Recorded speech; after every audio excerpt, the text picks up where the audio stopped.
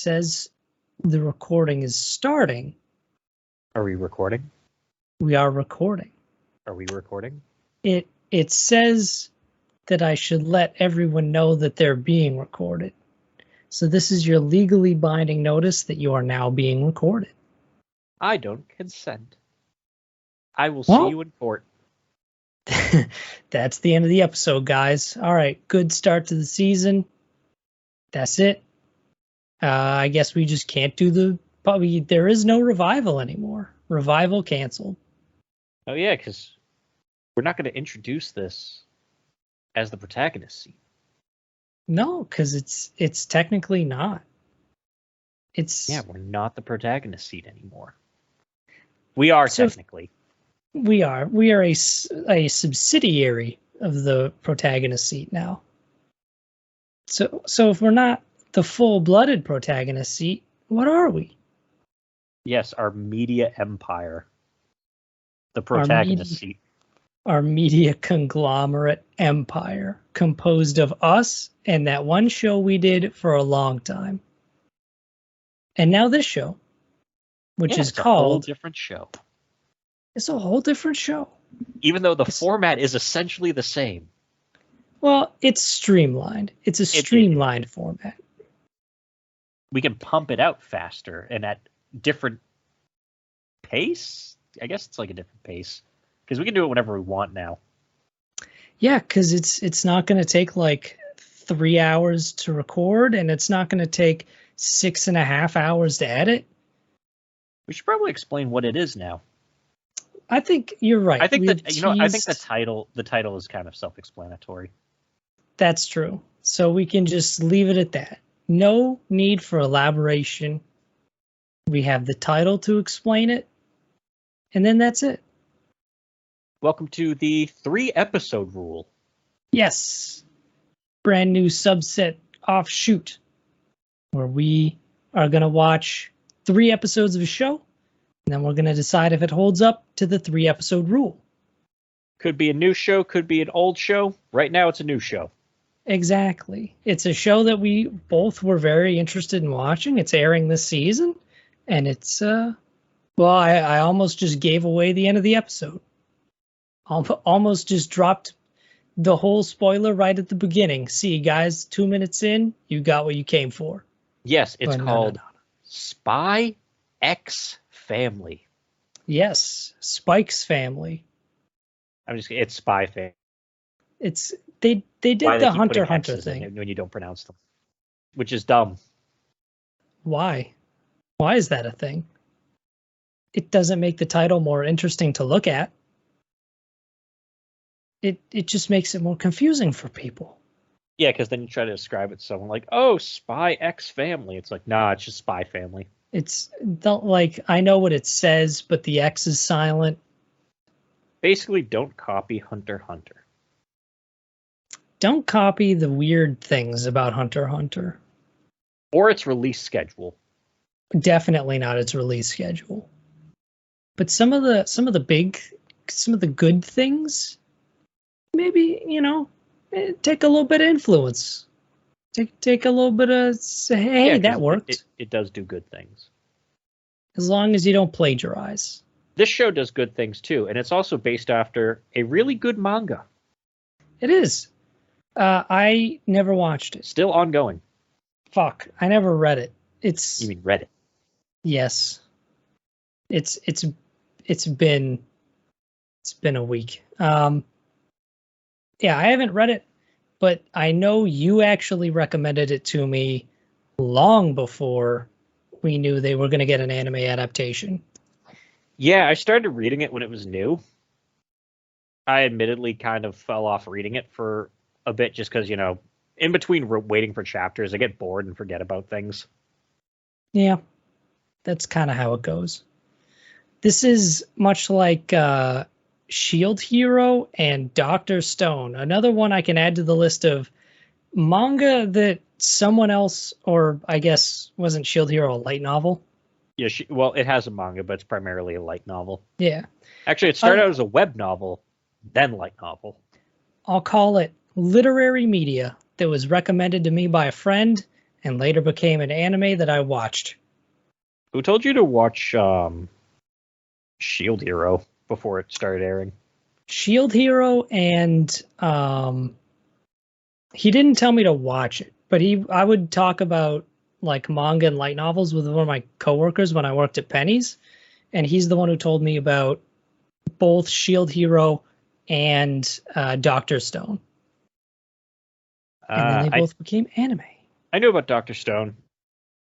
I didn't know about Shield Hero till the anime. This dude is an OG and is very into like everything. I guess in fairness, I don't actively seek out isekai unless it like really gets a strong recommendation. We're not here to talk about those or even isekai, because even though this takes place in an alternate universe, this is not an isekai. It's a spy drama. Yeah, about the East versus West. There are two countries. Are they the only two countries in the world? Who knows? But they're the only two ones we care about. So we got our main character, Agent Twilight, which is a very good name. He's a master of disguise. And we get, I like how they introduce him. You get this sequence where like it's a spy doing a back alley deal with someone, and then you think that the spy, they do a little bit of bait and switch. I mean, anyone who's seen any of the promo art knows that this schmuck isn't going to be Agent Twilight. But turns out the dude that was doing a deal with the spy is our Twilight boy. He intercepted valuable intelligence. I also like how it's over whether or not like some politician wears a toupee. Yeah. If we learn about his toupee, we can destabilize his platform so he'll lose the coming election. Really? Does anyone really care that much? Although, to be fair, we had a president who wore a pretty bad toupee, and like everyone cared. People really cared about his hair. Yeah, it was very bad. That was probably the least important thing going on with that guy. Exactly. That wasn't even the worst thing about him, and it was very bad hair. But Lloyd has very, very good hair. He's very handsome. Yeah, he gets a mission to essentially target some guy that he's basically a threat to peace, but he's very reclusive. Right. And the only way they know to get at him is because he attends school functions at this very fancy, prestigious school. So basically, Lloyd's his new identity is Lloyd Forger, but he needs to get a family real fast and get into the school. Your mission? Get a wife and child and attend the school. Yeah. To be fair, he does it. We don't necessarily see him do it, but I'm gonna take a wild shot in the dark and say that he probably does it, considering that's how the show needs to function. And the first thing he does is go to try to adopt an orphan, and he goes to the shadiest place because, you get to skip, the whole paperwork process. Yeah, you want as little paperwork and questions and as cheap as possible. And I like how scummy the dude is. He's like, yeah, whatever. You get the cash, just pick one. Yeah, he's like, hey, can I have one that can read and write? He's like, oh yeah, I got this one. And then in his mind, he's just like, yeah, hopefully I can get rid of her. She's creepy. And how do we know that that's what he's thinking? Because the kid he picks is a telepath. She can read minds. She can read your minds, which is very good. I like that. She finds out that he's a spy and immediately is. She's like, that's so cool. Yeah, she is super into it. She's like, she is obsessed. She loves, I'm trying to think of what the spy show is called, but she loves the spy TV show. I was about to say Spy versus Spy, but that's a real thing. Yeah, that was a real cartoon. It's like something goofy like Spy Man or something like that. Spy Wars. Spy Wars, that's right. It's very good. But she knows what he's thinking. And naturally, this does kind of get her into trouble. But, like, She knows exactly what she needs to do to get adopted, which is very interesting. She like reads people's minds and does what they want her to do or what she thinks she needs to do. Yeah, and there's points later on where actually the way she does her mind reading really is cool. How she kind of benefits the scene. Yeah. The purse snatcher. Yeah, That's a cool scene. I like that scene. It's a good like little character building family time scene. And there's a couple of those that I actually really like. there's a lot of good banter between her and Lloyd in like the first episode too, Yeah, I like everyone's dynamic. where he tells her he's like, "Okay, if anyone asks, you've always been my kid." And then the old lady is like, And they go inside, just like, "Oh, well, you seem, yeah." yeah, you're a cute little girl and oh, such a handsome family." And she's like, yes, he has been my dad and I love him very much. And he's been my dad for a very long time. Yeah, he's been my dad the whole time. Okay, that's a weird thing to specify, but all right, you do you, kid. And he just responds with, "That wasn't necessary." I Part think where he's like, she keeps trying to follow him. He's like, there, there. and she basically treats it like an elaborate game of hide and seek until he like pushes a dumpster in front of the door just to keep his kid inside, which turns out is very bad.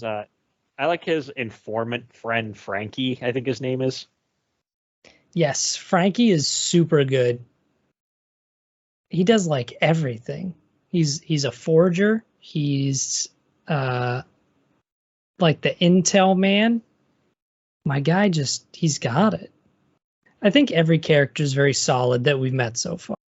At the end of the first episode, then we get the her finding the communication device and accidentally calling the people that he screwed over at the beginning of the episode. And I think it sets up a very, very good action set piece. Because then Lloyd has to go save her. I do like how we find out his motivation too during that, where because before he's like, "Oh, I can't stand being around kids and stuff." It's because he remembers when he was a kid, and I guess like there was probably a big war in the past because you see him like crying in like a burnt down city, and the reason he became a spy is so no kids would cry anymore.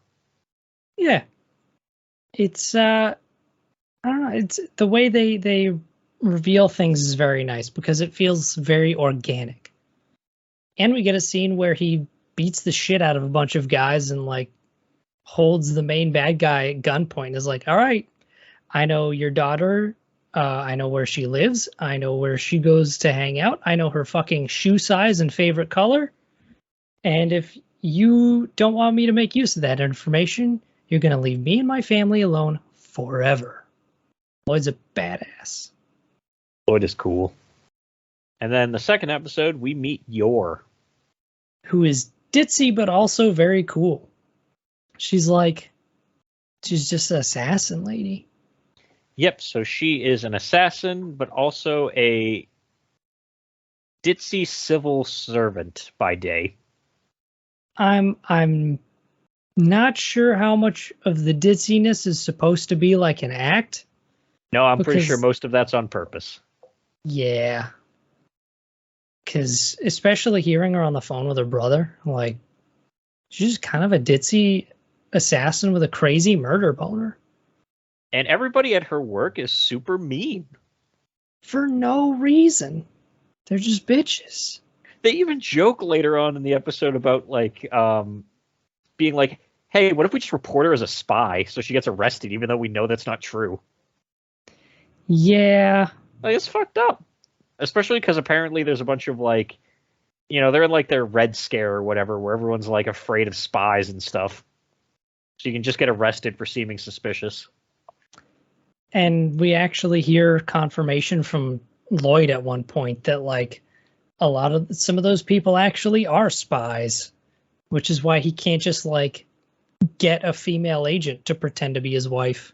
Yeah, because Frank even asked, like, wouldn't it just be easier to get a female agent than find a wife?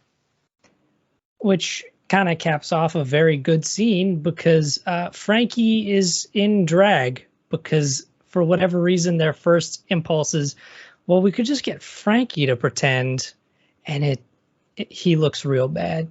He looks awful. Doesn't work. No. But by happenstance, Lloyd runs into Yor, and they hit it off. You know what's weird about Yor? A lot of stuff, but A lot I feel of stuff. like I think it's more of a meta thing. She's the most popular anime girl of the season. yeah. And she's not in high school. Isn't that weird? I look at this as a positive. You know what? Actually, I feel old in the same way where people call her MILF and stuff, and she's like, "I'm 27," and I'm like, Yeah, that one hit me too. I was like, oh, yours my age. "Oh, yeah, 27. Yeah, that's perfectly reasonable adult age. Yeah, That's probably the right age to settle down. Get married, have some kids." Yeah. Just you can't be single for too much longer. At 27, your clock's running out. Yeah, you gotta. Yeah. No, I always just think of Colonel Sanders anytime I worry about my age. I feel like this needs elaboration. Okay, so Colonel Sanders didn't find success in his life till he was like 60. All right. So we're good. Just be like Colonel Sanders, or don't actually be like Colonel Sanders. Try to get it a little earlier, but still. I'll use Colonel Sanders as a reference point for it's not so bad. Yeah, you can get to, when you're at your lowest, think of Colonel Sanders. When you're at your lowest, think of Colonel Sanders. I feel like I want this on a t-shirt. Like I want a t-shirt that says when you're at your lowest, think of Colonel Sanders. Or like some inspirational Facebook art. Yeah, every time I think of it, I think of the Facebook art. I love I want it on a t-shirt though, because that is an actual like motto of Colonel Sanders whenever I'm like, is it too late for me? I want the Facebook art and the slogan on a t-shirt. Like just give me a plain white t-shirt with just one square that has that's awesome, amazing slogan on it. Colonel Sanders. Colonel Sanders. Colonel Sanders. Yor isn't Colonel Sanders. That's right. Yours not Colonel Sanders. And neither is her brother. I have a feeling, I'm not far enough in the manga to verify, but I have a feeling there's probably going to be something up with her brother. No way definitely. He's just like a clean dude while his sister is an assassin. 100%. He's a government official who's up for promotion. So like this dude probably hunts down spies in his spare time at the very least. So they end up in the episode deciding, like, hey, we both need, like, you need to have a cover for your boyfriend. You need to have a cover boyfriend. I need to have a cover wife. Let's help each other out. Because Yor gets the worst possible thing invited to a party. I do like the scene where they first meet and she's like, oh, because she sees Anya and she's like, oh, he has a kid. And she sees that and she's like, oh, they're both about to call it off. And then she just goes like, well, I'm so sad that I don't have a mom. Look at me being all lonely and sad because I got no mom. Anya is a very good plot device. She really is. I also think it really helps the show rather than just like a Mr. and Mrs. Smith thing. Yes. It's nice having Anya be this middle character who kind of knows everything that's going on because she figures out pretty fast that Yor's an assassin. It's just like, oh man, yeah, it's so cool. I got such cool parents. Yeah. Super hype. super hype assassin mom, super hype spy dad. And I like how he proposes, like he and Frankie have to go do like a side job he got to bust up some smuggling ring.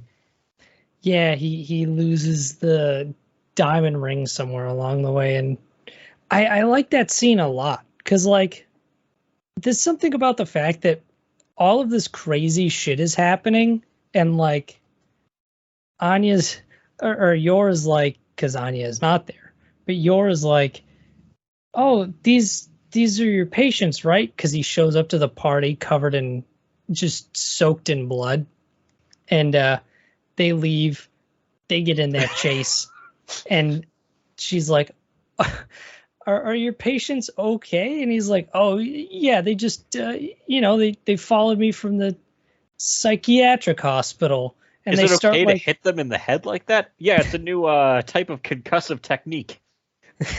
it's so good.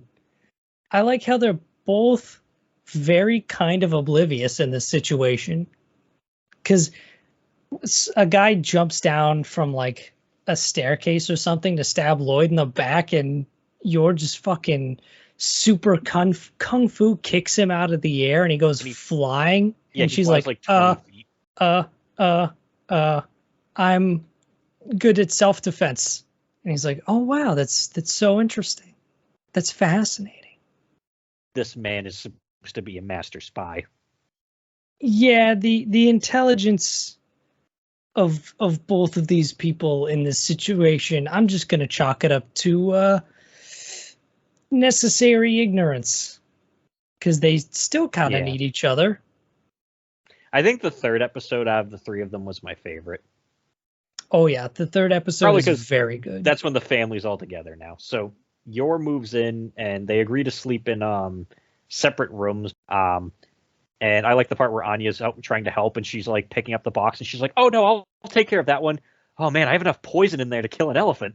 Yeah, that's where I keep all my work tools, my deadly blades and my poison. I like the scene where Anya shows Yor around the apartment, just because like I don't know, it's a nice little cozy, comfy character scene, and I dig it a lot. I do like the parts where Anya's acting like a kid and feels like a kid. Yeah, it makes her feel like a very well-written character because she still feels like a child. Because I think it'd be too easy to have her just feel like an adult that happens to be very, very small and telepathic. But she's written like a kid. And I like how they go on like a family outing to a bunch of different things to seem like cultured. And I like how they go on a family outing, so they get to go to a bunch of places that make them seem cultured. And I like how Anya gets overloaded when she goes on political Twitter. Yes, they go to like a political rally because it's political important rally or something. Yeah, it's important for people to take an active interest in politics, and then like just the sheer loudness Don't of tell James that. The crowd voice. I won't. The secret dies here. But like the sheer overwhelming volume of internal minds kind of zonks Anya out a little bit, so she's like, I don't want to be here anymore. And I don't blame her. I wouldn't want to be there either. And then they meet a purse snatcher. And the whole family basically works together to catch this dude. Yeah, and it's pretty neat. And they escort the lady. Don't fuck with the forgers. Exactly. I feel like we kind of forgot that we skipped over a little bit, but like the whole arc of the episode is basically Lloyd needs to prepare the family for the acceptance interview into the school so that basically they seem like a good and upstanding family that would benefit the school. And naturally, these two weirdos that he picked up are terrible at it. They do so bad at the beginning. But then they spend time together and they grow as people. And then they do all right at the end. What she does at the beginning of the episode when he's quizzing them, she says, he's like, "What do you do on the weekend for fun?" I sit home and watch TV all day. Oh, yeah. And then at the end, she's like, I go to the park, museums, and operas. And then I watched Daddy beat up a purse snatcher. Well, maybe we skip that one. Let's keep that one to us. I also like you're really getting into that picture of the guillotine. Oh yeah, she gets into the at the art museum. She's like, whoa, because Yor has this. She's an assassin. She's got that murder boner. Yeah, because it's not like she has to. I think she just enjoys her job. Yeah, and at the end of the day, you gotta love what you do for work. You do what you love, and you'll never work another day. Exactly. Another scene that happens at the end of episode 2. It's when Anya takes the entrance exams, and she is sitting there trying to read her classmates' minds for answers. But as she looks around, literally everyone else is like, "Oh my god, this test is so hard. I have no idea what the answer to any of these questions is." It's very good. But I think that's pretty much it. They grow closer as a family. There are hijinks that ensue.